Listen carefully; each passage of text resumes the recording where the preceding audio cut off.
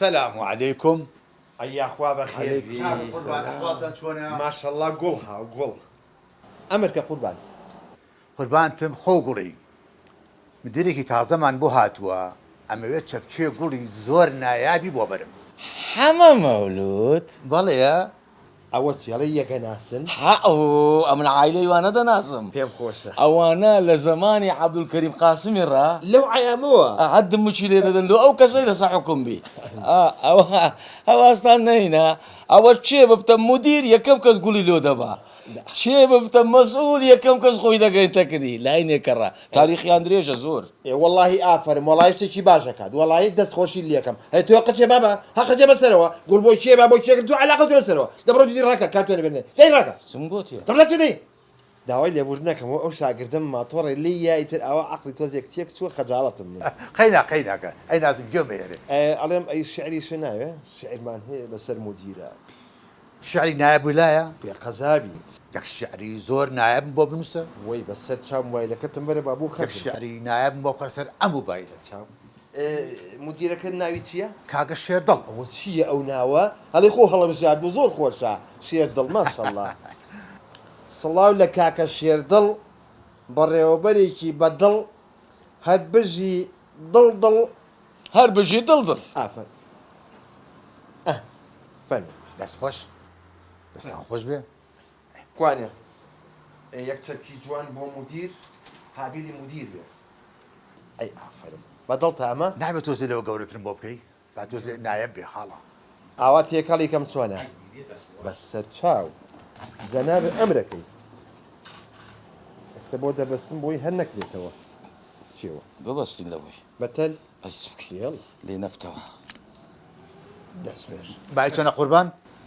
ئەوە 35,000 35,000 با لە خزمەتە با پارەکە بەم یەک دقە. چاوەکەم یەخوا بەخێر سەر چاو گەورە و کردی ئەگەر مدیرێک کە گۆڕە خێرەوە لە خاترترە قوربانم فرم وستا بزو هیچ یەکی بۆنی نەمایە ئەزانین چۆن تۆ بێ وەصفی گوڵەکانمان بکەی بۆنی نەماوە چییە دوکانەکە مەشکێنە بۆنی نییە حەلمان لایە هەلی چێ چۆن ناڵی بۆنی نییە ئابۆنی کە ئێوە بۆنی سپرایە ئەزانین تۆ ئەگەر وا بکەیت لەم سەر وا بکەیت لەو سەردەنگمان دەرێنیت بەو خدایشتی زۆر عجایبت لێ دەبینم وەرەدا بەس سلااوتان لێبێت ئەی سڵاو لە خۆت چە پێگوڵی جوانی بۆ ئامادەکەن بە سەر چاو بۆ مناسبەتی جژنی لەدایک بوون یا عیدی میلادە نەوەڵا بۆ نێوکردنەوەی پەیمانە الله عهد پەیمان کەسب بەسەر چاو چ ڕەنگ بێت سوور سێ سڵفەیە کە گوڵی سوورم لە بەردەمایە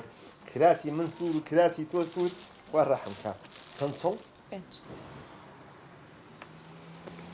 شەشە بۆ دانمدانێکیان هەر ئایدی خۆمە ئەلۆ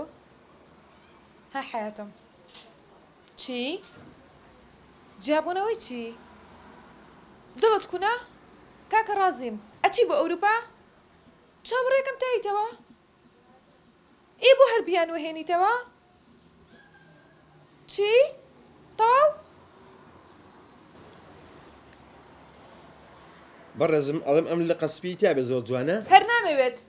ئەوە تا لێم جیابۆیەوە نانە چۆن شتی وا بێت سەبەب هەر ڕۆژە بیانۆکەم پێگرێ دەمێ ئەڵە دڵم کونا دەمێ ئەڵە چم بۆ ئەوروپا لە تۆ ڕقەمەکەی قلەکە و لێ بۆ بێرە دەستم یعنی چی وازێنە خۆمە یاری مناڵانە ناوی چییە؟ ئەنەس ئەلەو کاک ئەنەس چۆنی باشی بەڕێزم من گوڵ فرۆشەکەم بەڵێەوەی کە قلەکەی وێسە لە قسەی لەگەڵا کردی بەڵێ لە دوکانی گوڵ فرۆشەکەیە کاکە گیان ئەزانین چۆن سەیری کە ڕۆحەکەم ئەو کچە ئەمەەی تۆ خۆشەوێ ئەگەر بزانیتە بە ئەلیکۆپتەرە گەیتە ئێرە زۆری تۆ خۆشێ زۆر ئەوە تا لەبەر دەمە ئەگری بەخوا فلمێکێکی بەقەدەر هەنارێکە بێ نانە ڕۆحەکەم ئەوە تا خۆی ڕاوەستاوە ئەڵێ ئەگەر دڵی کوونە بۆی لە حیمەکەم هێناڵم بۆی لە حیمەکەم ئەڵێ کاکە قەیناکە من ئاوا ئەژیم لەگەڵیا ئێ باشە ڕۆحەکەم کاکە ئەنەس ئەڵێ ئەچێ بۆ ئەوروپا چاوەڕێیەکەم چەند ساڵ ئەڵە چەند ساڵ چاوەڕێ ئەوە تا ئەڵێ دا ئەلە 10 ساڵ چاوەڕێیەکەم بەخوا ئەگەر بزانی چەنی خۆشەوێت بە سەری خۆم بە قەبری باوکم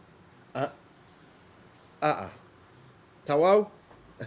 ئەو ئاش بووەوە دەباشە من هەتا ماوە مەمنونی تۆم هاتۆ گوڵی بۆ کوڕ بێ قەزابی دەبڕۆ دێ ئەمر نەمێنێ ئەوە ئاشتیشم کردنەوەی تر چیتانەوێ زۆر سپاس سەرچاوەکەم ئەرێ خوشکم دەکرێت پرسیارەکە لێ بکەم فەرموو ئەوە ئەبۆ بڕۆ کاتوانێ گوڵم بۆ بێنە لەوتی بەس ئەو پرسیارێت تاوا بکەم ئەوە لە مێژە ئەو کوڕی دەناسی یەک مانگە یەک مانگ لەو یەک مانگەی چەند زار یەکدریتان دیتە زۆر زۆر لە چێندر یەکدریتان ناسی لە شەقامێک لەنایە قسەت پێ بڵێم ئەو کوڕە لە تو بێزار بووە ئەتوی ناوێ ئێ بۆ خۆشەویستیەک لە شەقام دروستبی بە بۆنکردنە کۆتایی دێ ئەوە تۆ باسی چیەکەیت خوا ببوورە لێ مەگرە ئەمە ماتۆڕێک لێیتر لەو کاتەوە مێشکی تاوانە لە خۆیەوە قساکە ئەو گوڵەکەم بۆ حازە کردی بەڵام چەندەی کرد نانە یەک دیینارە لێ وەرناگرم نا شتیوانی مستحیلە نا سپاس وەڵی جارانەمانە بە 23 تۆزە گرام بۆ دۆلار بەرزە بە 25 چ بۆنێکی هەیە سێریکە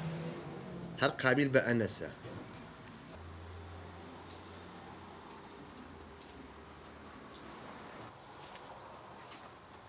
وەستا فەتحی ئەنەس چێە؟ ئەنەس قبری ئاشدادی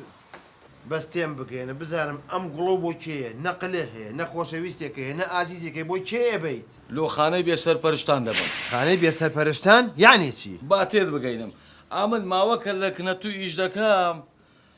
باش زانیم زۆربەی کچ و کوڕەکان ئەوانەی دێن لێرە گوڵی دەکردن و پێشکەش یەکدری دەکەن زۆربەی زۆری ڕاز ناکەن درۆی دەکەن من فێری کەسابەتی خۆم مەکە ئەمە ئەبێ بۆ خانەی بێسەرپەرشتان یانی چی؟ یعنی گوڵی درۆ زەواجی درۆ دروست دەکا تێدەگەی ئەوزە پاش ماوەک جودا دەبنەوە منداڵیان هەیە منداڵەکان دەبنە قوربانی ئەوانەی لەوێن دەرێکەتینە لە خانەی بێسەرپەرشتان ئەو گوڵی لۆ قوربانیانی ئەو درۆزنانە دەبم مەقیژانە بە سەرمادەی بۆ معلوماتی حەز ناکەم لە سبێنە بێتەوە بۆ ئەم دوکانە هەر نایەم وەرە دەبڕۆ هەرمەیە وەڵڵا ئەو قسە لەگە کێکە باوکە بەخوا کەس نییە حەو گوڵی سووریشە پێ ئەمە بۆ کێتە باوکە بەخوای من بۆ نەخۆش ڕۆڵە هەتا گوڵێک ئەبرێ بۆ نەخۆش 2000 گوڵ ئەبرێ بۆ قەلومەل نا باوکە تۆ بە هەڵە تێگەیشتووی هەمووی خەتای دایکتە شەمسە شەمسە چییە شەمسەکە چی دەبێ ئەها وەرە سەی کچەکە وکە من 30 دانە ساڵە حیا و حورمەت کۆکەمەوە کچەکە و نیازی هەیە بە گوڵی بیخاتە ژێر عەرزەوە دەوازی لەبێنە باوانی شێوێ گەنجە باگوڵی سووری پێبێت چییە ئێ ئەمە تربێتی تۆیە گەنجە ئێستا بە قوربانی ئاتۆ لات داناچم مەکە